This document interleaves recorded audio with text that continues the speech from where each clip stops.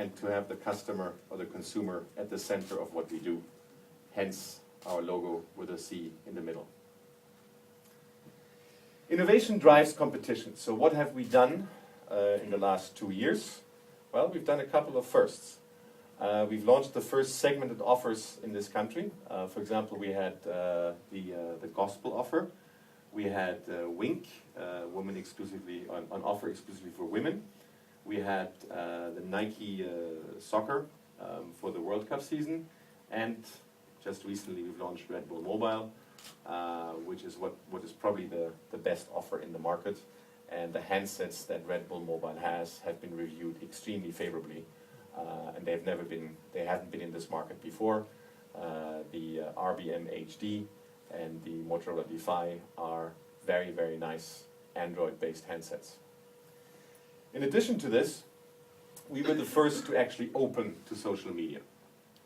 And again, I think that's relevant. If you look around the world, if you look also at recent announcements, social media is becoming more and more important, and it's becoming more and more important as a channel where customers can communicate with you in a straightforward fashion and ideally significantly faster. We've opened up telltrevor.co.za. We're on Facebook, we're on Twitter, we're on My Broadband. You will see me on there because I take it very seriously. So again, we have done this last August, and we've learned a lot in the process. Not everything was smooth, but if you don't start, you'll never know.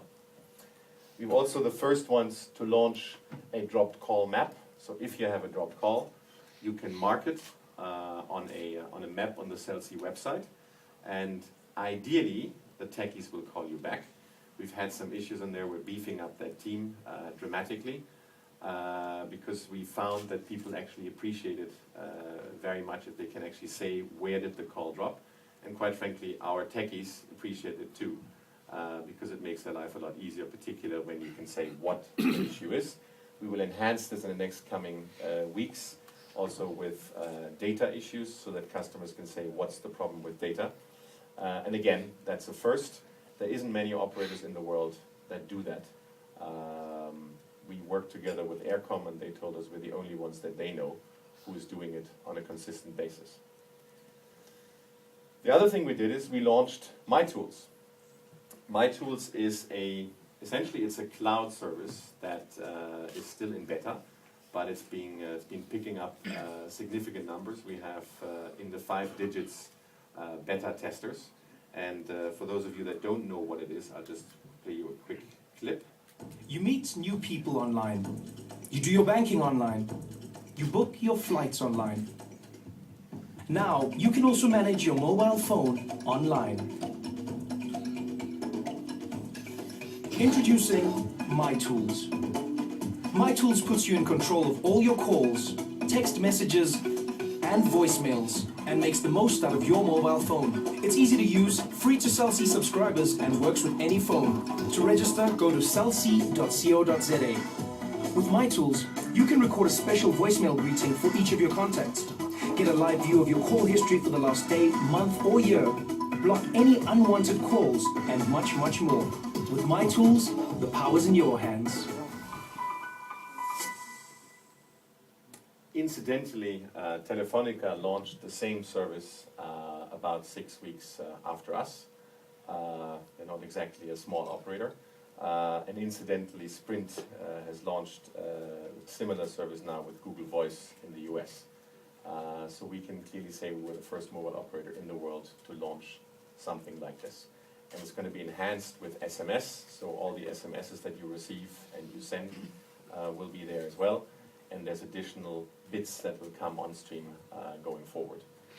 And last but not least, which has probably been our scariest moment, because and it's not something you can normally brag out very loudly.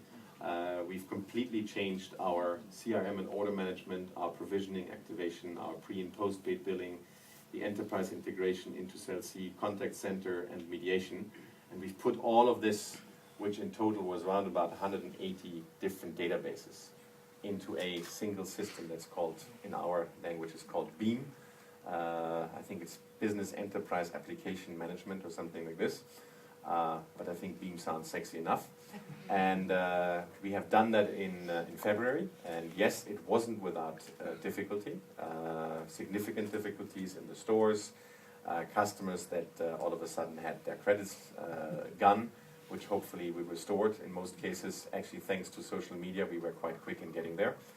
However, successfully, we can say with some pride that we've done the first 2 bill runs.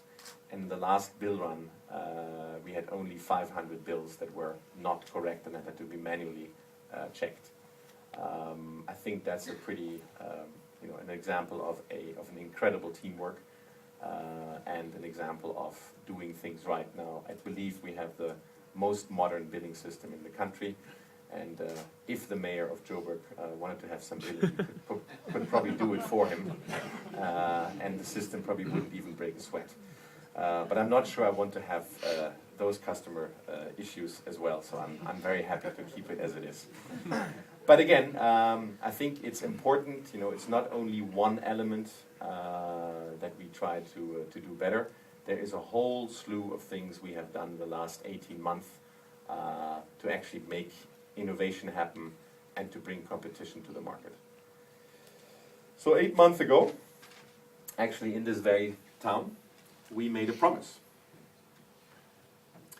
We made a promise, a twofold promise. We said, A, we will bring whoosh to the country and we'll make whoosh affordable. And I believe that is what we've done. As far as I know, there haven't been any changes in data pricing in this market over the last, I don't know, maybe my broadband knows exactly. I think I would say probably 3-4 years. We seem to be seeing some movement in some pockets now on data pricing. We can happily say that our promotion is still running. We can also happily say that we are very happy with the results. We are well into the 6 figures in terms of customers for whoosh.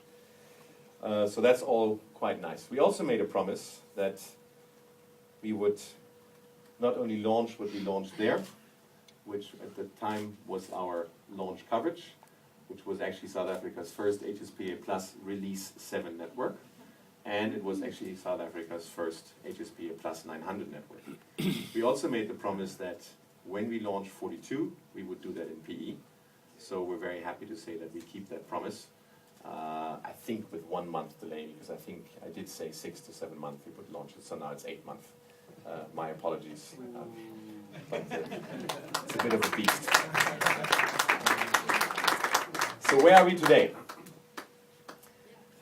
Across the country, we have 2,500 HSPA Plus transmitters on air. Not all of them are in commercial service. A large number is being tested. We have round about 1,550 that are actually commercially in use. And they are all HSPA Plus 900. We have well over 2,500 kilometers of dedicated fiber deployed to base stations, etc., etc. And we are actually adding a lot more fiber as we speak. We do that with 2 partners, Dark Fiber Africa and Neotel. And whoever else has fiber is being visited by us daily. So we're making sure as fast as we can that we put as much fiber into the network as possible.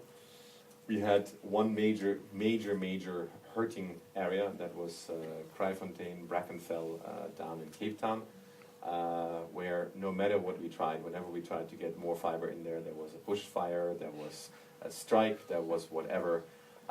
It was not one of our finest moments, and those of you that have been communicating with me know what I mean. I am quite happy that we are now, I think we are on top of that issue. But again, a network is a very, very difficult and complicated animal, and it is something that is, sometimes a lot more difficult than you would think. What we've tried to do is that we are always straightforward. When we have an issue, we let people know. And going forward, we'll actually have a status report on the network, on the various areas. We're working on how we can make that work as quickly as possible, so that people actually get localized information where there may be an issue with a tower, there may be power outage, there may be a fiber cut, of which we have many in this country. There is way too many JCB drivers who love using that backhoe to just dig. And when they see something red, apparently it means dig deeper, and that typically means that the fiber gets cut. Well, fibers normally they have a red sheath on top that says, don't dig here. But it seems to have an adverse effect. It says, great, I can wreak havoc. I can affect many, many people with my backhoe. Me and my JCB, we're cool. It's actually not very cool, and it's actually quite difficult because every time you have a fiber break and you have to splice the fiber, you have to bring it back together, you actually lose transmission capability. So if you have too many fiber breaks, you actually have to you have to put the fiber back into the ground. The other thing that has recently turned up is that not only is there lots of copper theft in the country, apparently fiber, these little fiber strands are also great for beads. So people now are pulling out 15 kilometers of fiber in one go. I don't get it, but I don't know what we have to do. Maybe we have to figure out something else. I don't know, put them on poles so when you try to get there, you fall down. We currently have around about 40% population coverage. And in PE today, we cover around about 115% of population of the wider PE. We have an issue up northeast. We're feverishly acquiring sites there, but again, it's not going as quickly as we like. But again, it's not too bad, given that we only started 8 months ago.